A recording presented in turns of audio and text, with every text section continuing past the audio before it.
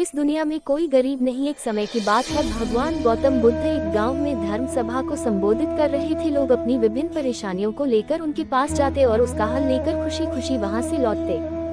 उसी गांव की सड़क के किनारे एक गरीब व्यक्ति बैठा रहता तथा महात्मा बुद्ध के उपदेश शिविर में आने जाने वाले लोगों को बड़े ध्यान से देखता। उसे बड़ा आश्चर्य होता कि लोग अंदर तो बड़े दुखी चेहरे लेकर जाते हैं, लेकिन जब वापस आते हैं तो बड़े खुश और प्रसन्न दिखाई देते हैं।